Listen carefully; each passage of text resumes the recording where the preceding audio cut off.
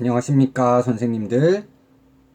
다문화 학교폭력 인성교육 11주차 11월 9일 마지막 3교시 강의 시작하도록 하겠습니다. 3교시에는 저희 주교재의 네 번째 챕터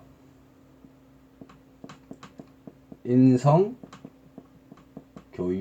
위한 핵심 덕목이라고 하는 내용을 같이 살펴보는 것으로 할 텐데요. 다양한 덕목들이 있기 때문에 이 덕목들을 전체적으로 한번 개괄해보는 그런 시간을 가지려고 합니다. 2015년도에 인성교육진흥법이 만들어지면서 학생들에게 인성교육으로 어떠한 것들을 핵심 덕목으로 가르쳐야 될까? 물론 사람들마다 의견이 다 다를 수는 있겠지만 조금 합의해서 그 결과로 만들어낸 덕목들이 있거든요. 저희 교재 이제 106쪽 표로 잘 되어 있고요. 저희가 행복을 위한 인성교육이라고 하는 2주 전 1교시 강의에서 제가 행복과 인성교육의 차원을 개인적 차원 그리고 사회적 차원으로 나누어서 설명을 했었는데 인성교육의 덕목들 또한 그러한 특징을 가지고 있습니다. 그래서 우선은 개인적 차원에서 중시되고 있는 덕목들, 제일 먼저 지혜 107페이지부터 나오는 내용이죠. 함께 읽어가면서 진행하도록 하겠습니다. 지혜는 어떤 상황에서 취해야 할 것이 무엇이고 버려야 할 것이 무엇인지 분별하는 것이고 지식의 사용과 획득에 수반되는 인지적 힘을 말한다. 지혜는 아리스토텔레스의 프로네시스, 우리가 지난 시간에 언급했던 것이죠. 실천적 지혜에 해당하는 것으로 중용의 상태를 지시해주는 이성적인 분별력이고 인간적인 선에 관해서 참된 이치에 따라 행동할 수 있는 상태이며 특별한 상황에서 옳은 시점에 옳은 방식으로 행동하기 위해 의사결정하는 사유 능력을 말한다. 이성적인 부분에서 지혜에 대해서 이야기했기 때문에 사실 인성이라고 하는 건 이성적 측면만 가지고 있는 것이 아니라 정서적이고 감정적인 측면도 있겠죠. 그래서 이것과 관련될 수 있는 중요한 두 번째 덕목으로 용기라고 하는 것을 언급하고 있습니다. 107페이지 마지막 단락에서 나오고 있는 내용이죠. 용기란 자신이 옳다고 믿는 것을 지지하고 옹호할 수 있는 능력과 의지이다. 또한 어떤 반대에 직면하거나 성공할 가능성이 부족하더라도 가치 있는 목적을 위해 굳은 의지를 발휘하는 정서적인 힘이다. 우리가 알고 있는 것을 행동으로 실천하는 것에 걸림돌로 작용하는 것이 두 가지 정도 있을 수 있는데, 하나는 우리 내부의 걸림돌, 동물적인 욕구나 욕망과 같은 것이고, 하나는 우리 외부의 걸림돌, 외부의 여러 가지 유혹이라든지 아니면 내가 차마 저항할 수 없는 거대한 힘이나 권위 같은 게 있을 수 있습니다.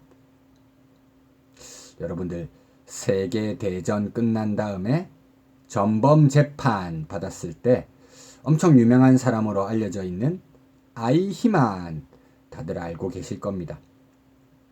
그 사람은 유대인들을 대량 학살했던 자신의 잘못을 장교, 군인이라고 하면 상명하복의 원리에 따라야 되기 때문에 자신은 직업윤리를 충실하게 수행했을 뿐이라고 자기 행동을 변명했지만 어떻게 보면 외부의 권위에 굴복한 용기가 없었던 사람이다.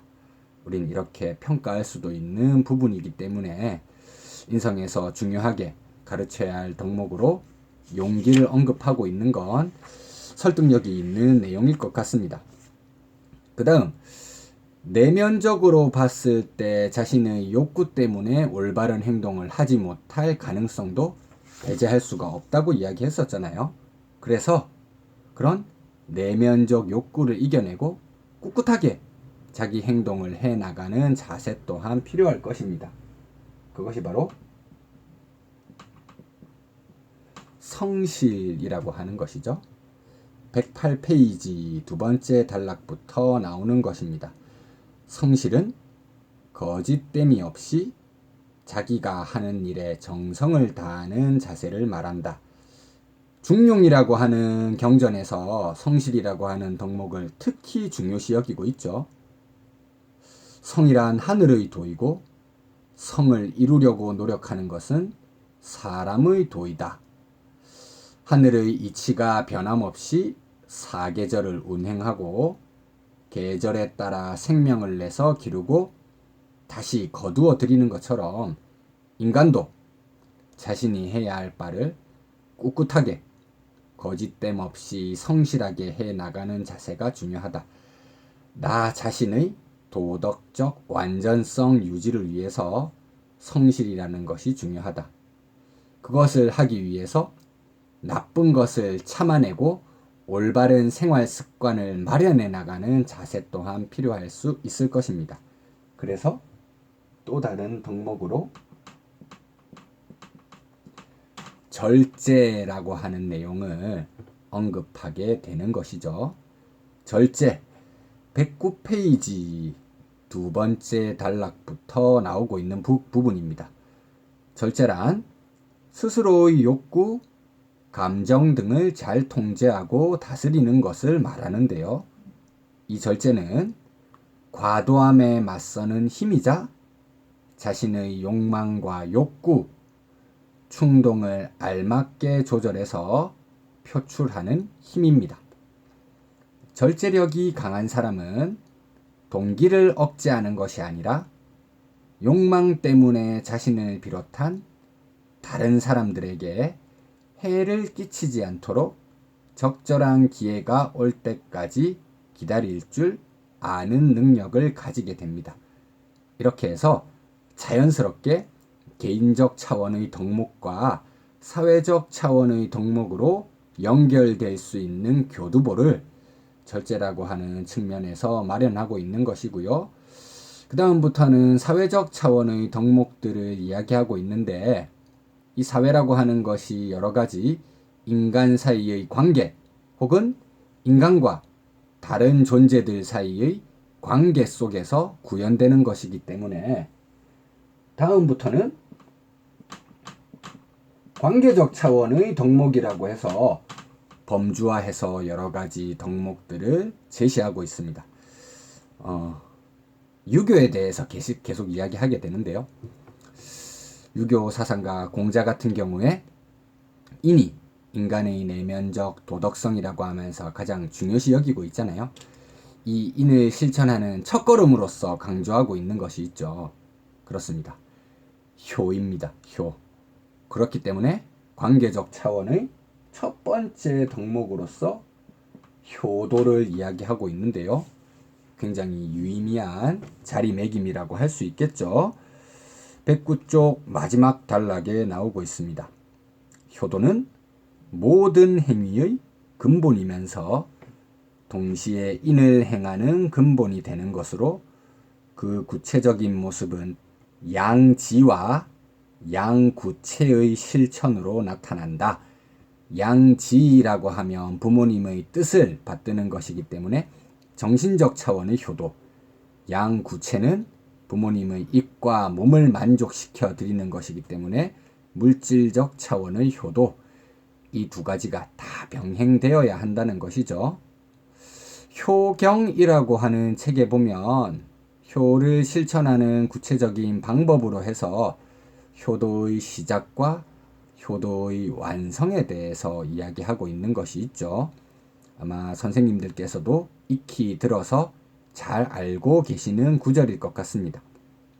신체 발부, 수지 부모, 불감회상, 효지 시야 이렇게 표현하죠.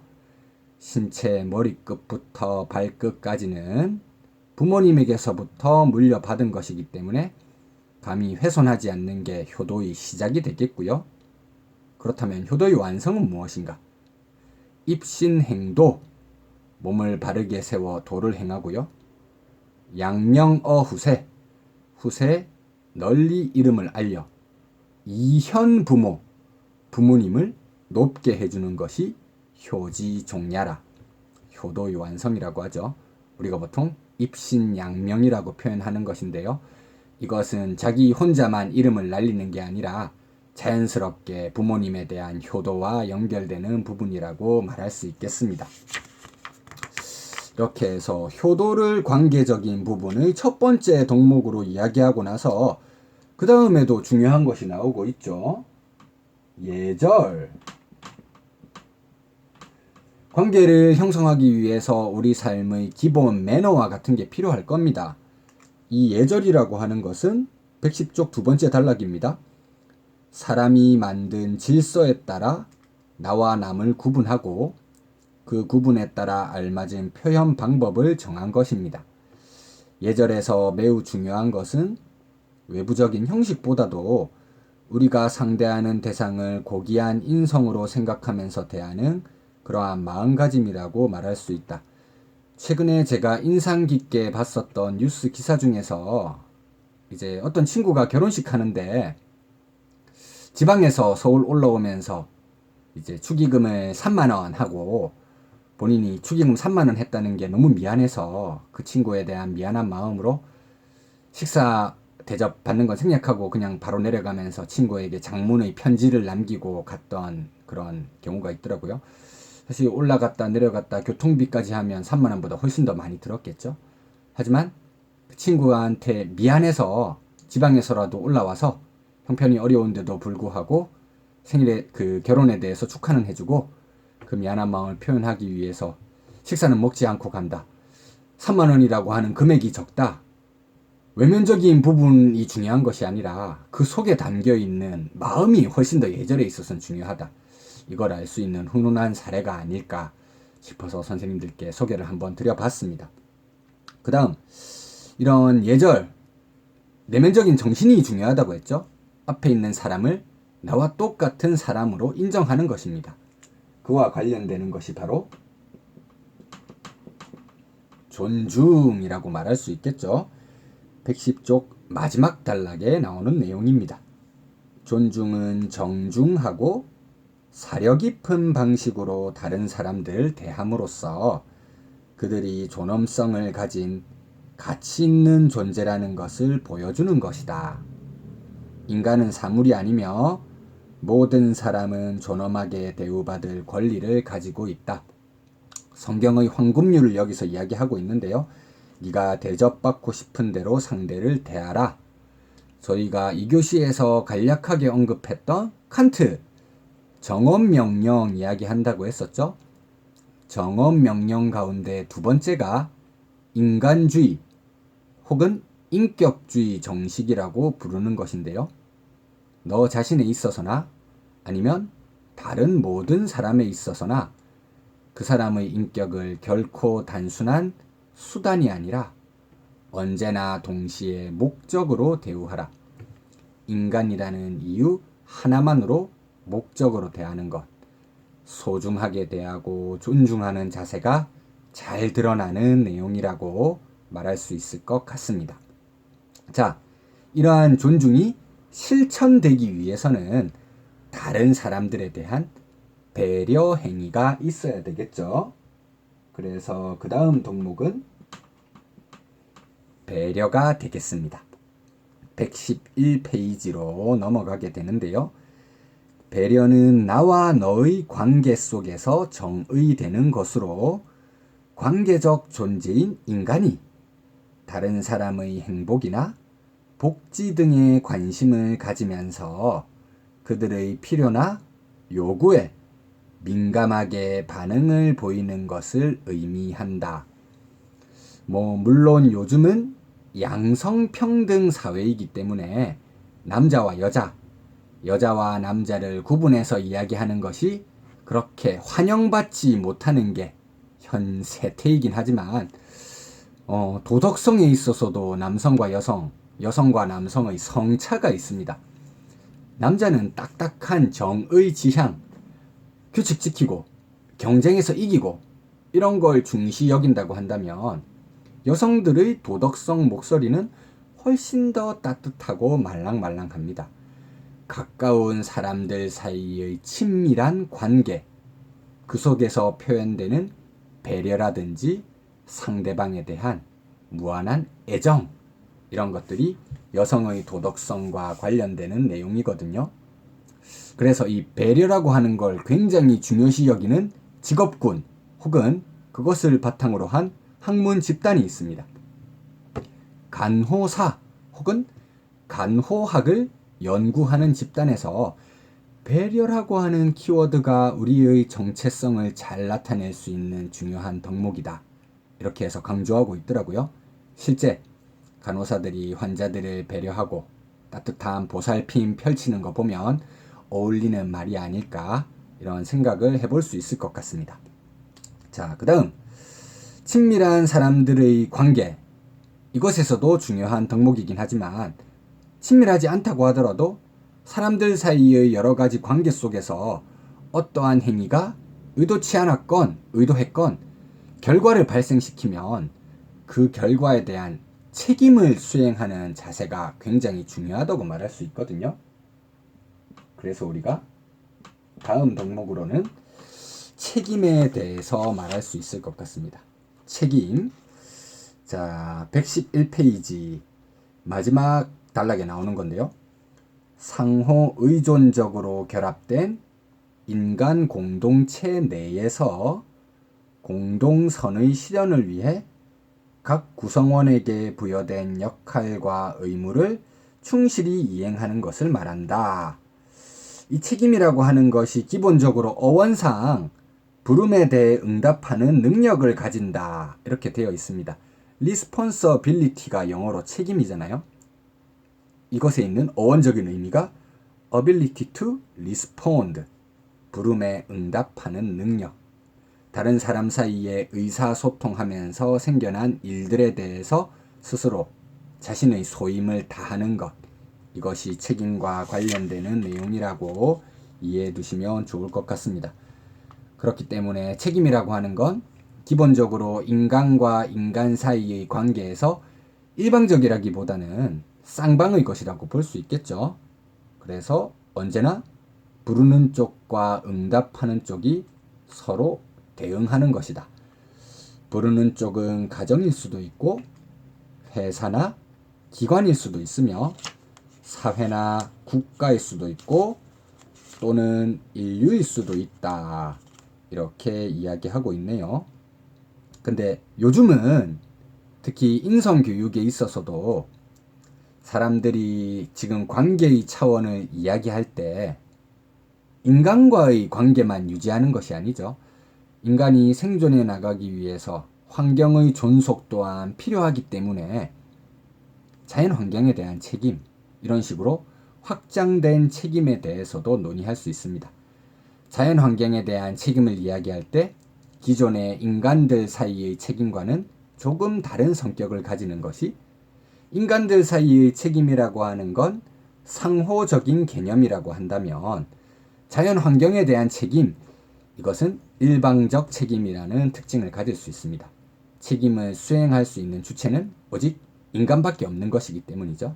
그래서 대상이 인간이냐 아니면 자연이냐에 따라서 책임의 상호성 내지 일방성이라고 하는 특징은 조금씩 달라질 수 있는 것이다, 이렇게 생각해 두시면 좋을 것 같습니다. 자, 그 다음 인간들이 살고 있는 세상 속에서 혼자서 모든 일을 다 할 수는 없는 것이기 때문에 우리가 언급할 수 있는 중요한 덕목이 바로 협동이라고 하는 것이죠. 112쪽 아래에서 두 번째 단락입니다. 협동은 사회의 공동선을 창출하고 증진하기 위해 구성원들이 힘과 뜻을 모아 노력하는 것을 말합니다. 이를 다른 말로 하면 협동은 공동의 목표를 성취하기 위해 구성원들과 힘과 능력을 집약시키는 것이요. 상부, 상조하는 것입니다. 서로 힘을 모으고 어려울 때 도와주는 것. 우리나라에는 이런 전통이 있었죠. 각 마을의 자치규약, 향약이라고 하는 것에 이런 내용들이 잘 있습니다. 덕 있는 일을 서로 권한다. 덕업상권이라고 말하는 것이고요. 잘못한 일이 있을 때 함께 꾸짖어준다. 과실상규라고 하죠. 그리고 예절 바른 풍속으로 함께 사귄다. 예속상교라고 하는 것이고요. 어려운 일이 있을 때는 함께 도와준다. 환난상휼. 이런 향약의 4대 정신에서 알 수 있는 것처럼 우리는 전통사회에서부터 상부상조의 전통, 협동의 정신을 가지고 있었다는 걸 알 수 있겠습니다. 그 다음 이제 113쪽으로 넘어가면 도덕이라든지 인성에 대한 논의에서 광범위하게 이야기하다 보면 좀 저질러질 수 있는 실수 가운데 하나가 내 역량으로 하기 어려운 것이다 해서 포기할 수가 있거든요. 그래서 최소한의 마지노선을 설정해 줘야 되겠죠. 최소한의 도덕, 법률이라고 말할 수 있겠고요. 그 법을 지키는 것이 필요합니다. 그래서 준법이라고 하는 또 다른 덕목이 나오게 되는 것이죠. 준법은 개인적, 사회적 삶의 기초가 되는 여러 가지 규칙들 중에 특히 법과 사회적 의무를 준수하고 실천하는 성향을 가리키는 것입니다. 준법, 그 사회 속에서 지켜야 되는 규칙을 내면화해 나가는 과정, 이것을 우리는 사회화라고도 표현할 수 있을 텐데요. 도덕사회화론이라고 하면 떠오르는 유명한 교육학자 뒤르켐이라고 하는 인물이 있죠. 뒤르켐이 도덕성과 관련될 수 있는 중요한 3가지 구성 요소로 자율성, 집단의 착, 그리고 규율정신이라고 하는 것을 이야기하잖아요. 준법이라고 하는 것이 뒤르켐이 말하는 규율정신과도 일맥상통한다고 말할 수 있겠고요. 규범을 존중하고 그것으로부터 나오는 당위적인 명령을 의무로서 받아들여 이를 기꺼이 실천하고자 하는 성향과 맥을 같이 하는 것이 바로 준법이다. 이렇게 생각해 주시면 좋을 것 같습니다. 자, 이제 관계적 덕목에서 마지막으로 나오는 것이 정의라고 하는 것입니다. 113쪽 아래에서 이제 2번째 단락인데요. 정의는 각자에게 그의 정당한 몫을 주고자 하는 항상적이고 영속적인 의지라고 말할 수 있고요. 이 말은 주로 각자에게 그의 몫을이라는 말로 줄여서 사용되고 있습니다. 실제 우리가 정의에 대해 이야기할 때 구체적으로 이야기하지 않는다고 해도 분배적 정의, 이런 의미에서 정의를 많이 이야기하죠. 사회 속에 있는 여러 가지 가치들을 어떻게 나누어 가지는 것이 정의로운 것인가? 단순히 이 정의에 대한 내용을 문자 그대로만 표현하면 각자가 가지고 있는 가치에 따라서 같은 것은 같게, 다른 것은 다르게 대우한다. 이렇게 이야기하면 불운한 사고라든지 아니면 선천적인 장애, 기타 여러 가지 이유로 능력 발휘하기 어려운 여건에 있는 그런 사람들도 있을 수 있잖아요. 그래서 요즘은 이런 정의를 형식적인 의미에서만 적용하려고 하는 것이 아니라 실질적인 의미에서 적용해서 모든 사람들에게 도움을 줄 수 있어야 된다. 어려운 처지에 있는 모든 사람들도 기본적 생계가 유지될 수 있는 사회가 정의로운 사회이다. 새모녀 사건, 우리를 굉장히 슬프고 안타깝게 했던 이런 사건들이 일어나지 않게 우리 사회 속에서 소외받고 있는 사람들이 있는 것이 아닌가 항상 관심을 가지고 그 사람들의 삶의 여건을 개선해주는 사회가 정의로운 사회이다. 이렇게 이해해 둘 수 있는 부분일 것 같습니다. 핵심 덕목 내용 자체가 너무 많다 보니까 정해진 시간 동안 다루기 위해서 키워드 위주로 하면서 조금은 간략하게 살펴보았고요. 이 정도 하면 그래도 개인적 덕목에서부터 관계적 덕목까지 모든 내용은 다 살펴본 것 같습니다. 이 정도로 해서 3교시 내용은 마치도록 하겠고요. 윤두영 선생님, 박정원 선생님께서는 여러가지 학교 업무로 바쁘시겠지만 성공적인 저희의 다음 주 세미나를 위해서 일요일까지 5매가량의 세미나 발표용 원고와 한두 개 정도의 토론거리, 질문을 함께 만들어서 저에게 메일로 보내주시면 정말 감사하겠습니다. 그럼 다음 강의 때는 저희가 줌에서 실시간으로 만나 뵙도록 하겠습니다.